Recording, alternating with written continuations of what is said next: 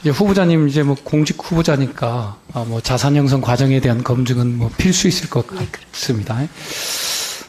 이제 2014년에 청와대 대변인에 임명이 되셨고 그때 이제 주식 처분 문제가 있고요. 또 그때 주식을 매각하고 난 이후에 2018년에 또 재매입을 하는 과정이 있었습니다. 맞죠? 네, 그러면서 이제 그때 재매입한 이후에 이제 그 23년 기준으로 보면 62억 정도의 주식 자산이 늘어난 거고요. 네네. 또 소셜홀딩스 같은 경우는 4억 2천 정도가 늘어났습니다. 그리고 2019년에 아까 이제 소송 당사자인 공은우 대표의 이제 주식을 추가 매입하면서 쪽 106억 원, 소셜뉴스 같은 경우는 그 다음에 소셜홀딩스 같은 경우는 8억 정도의 이제 자산 증가 효과가 있었던 것 같습니다. 그렇죠? 네. 예. 제가 이제 조금 이것이 이제 주식 파킹이다 아니다 이런 논란이 있습니다. 있는데 제가 볼 때 그때 당시에 주식을 신우이에게 매각한 거 한 2만 주 정도를 신우이에 매각하게 됐잖아요. 네네. 왜 그런 판단을 하셨습니까? 그때 이랬습니다. 제가 죄송합니다. 그때 당시에 어땠냐면은 저희 회사는 여기 이제 소상공 아니 시간이 많지는 않으니까요. 죄송합니다. 네, 죄송한데 잠깐 후보님 시간이 많지 않으니까 왜 그랬는지 짧게 답변 좀 해주시겠습니까?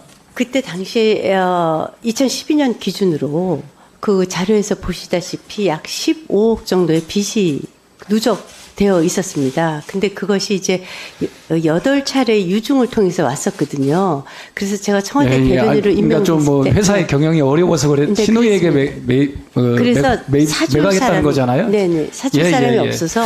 장관님. 네네. 장관님이 아니라 후보자님. 네네. 신우이는 결국 이제 남편의 가족이지 않습니까? 네, 그렇죠? 맞습니다. 그 남편도 회사에서 역할이 있었던 거고요. 네, 맞습니다. 네, 그렇잖아요. 이건 직무 관련성이 있는 걸로 보여집니다. 네. 저희가 볼 때 직무 관련성이 있는 걸로 보여지고요. 또는 가까운 신우이한테 매각한 것은 이건 명의신탁으로도 볼 수가 있습니다. 네. 그렇지 않겠어요? 네. 그리고 결과적으로 2018년에 가서 재매입을 해온 겁니다. 네. 그렇죠? 근데 경영상의 이유로 신우이한테 매각했다는 것은 모든 회사들이 예를 든다면 경영상 좋을 때와 안 좋을 때가 있습니다. 네, 그렇잖아요. 그런 이유로 매각하는 것은 공직자윤리법에 맞지 않고요. 네. 자본시장법에도 맞지 않습니다. 네.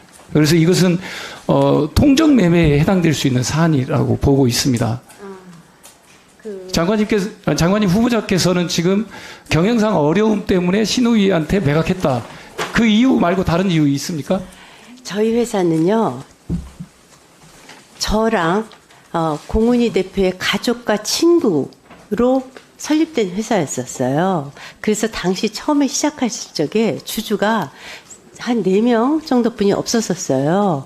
그랬다가 그 후에도 그 공은희 대표의 친구와 가족 이분이 없었었어요. 후보자님, 그래서 제가 이렇게 말씀드리겠습니다. 주식의 공직자가 예를 들면 청와대 비서관의 청와대 대변인으로 들어가는 입장이지 않습니까? 네, 그러면 주식을 처분해야 되죠. 네, 그럼 정확하게 처분해야 되는 거 아니겠습니까? 네, 그렇잖아요. 네. 이게 공직자의 바른 자세거든요. 네. 특히 이제 재산 형성 과정을 우리가 들여다볼 때 바른 공직자의 자세입니다. 근데 그것을 신우이한테 매각한 건 이건 그 어떤 이유로도 직무의 관련성이 있을 수밖에 없다고 보여지고요.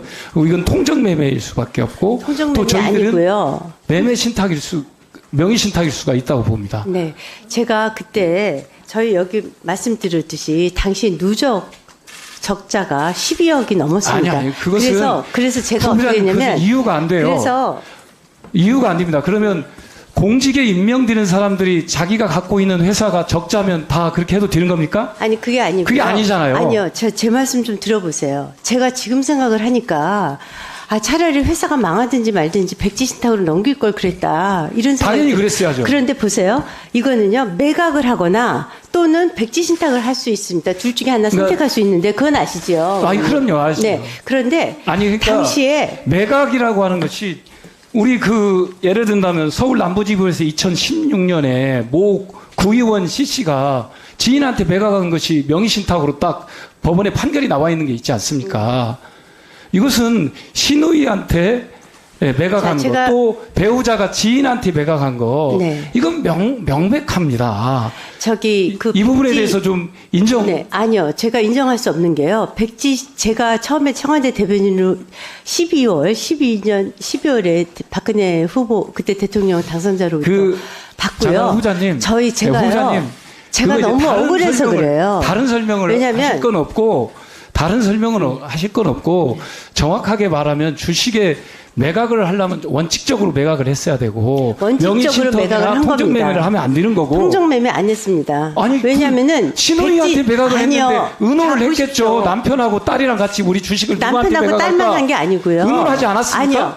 주주들이 다 함께 그래서 신우이한테 매각하고 남편의 지인한테 매각하자고 아니요. 의논해서 매각한 거 아닙니까? 그 사람 저희는요. 주주가요. 1분 더 주세요. 남편의 지인은 뭐라고 했냐면 이익을 보거나 나중에 돈이 필요하면 다시 사주겠다라고 구두 약속을 받았다는 거. 이건 공모의 정황입니다. 이건 통정매매의 공모의 정황이고요. 명의심판의 정황입니다. 이게. 그때 그래서 제가- 이게 조사와 수사 대상이라고 하는 이유가 여기에 있는 겁니다. 네. 자, 제가 그때 회사의 절반 이상을 지분을 갖고 있었습니다. 그런데 이 적자가 13억이 났어요. 근데 그 적자가 뭐냐? 아시다시피 8번의 유상증자였어요. 그러니까 아까 적자 얘기를 들었고요. 그래서요. 자, 그러니까 보십시오. 그 회사가 네. 적자이냐 또는 흑자이냐에 따라서 달라지는 게 제가 아니고요. 만약에요. 제가 하나 더 물어보겠습니다. 18년에 매입할 당시에 그 가격으로 또 다시 매입을 했지 않습니까? 전원을 다 그랬습니다. 예, 전원을. 그렇죠. 네, 전원을. 그것이 뭐냐면 결과적으로는 뭐냐면 13년 당시에 서로 의논을 했기 때문에 신우이하고 지인한테 남편의 지인한테 이거 네가 좀 갖고 있어라. 그거 아니고요. 그 원가로 다시 매입을 한 겁니다. 아닙니다. 그거 아니고요. 공훈이 대표와 공훈이 대표의 우호 지분들 전 주주가 다 모여서 네네. 이런 주식 매각 절차나 방법이 적절했다고 보십니까? 저는 지금 생각해도 그 방법뿐이 없었다고 생각해요. 정말입니다. 네.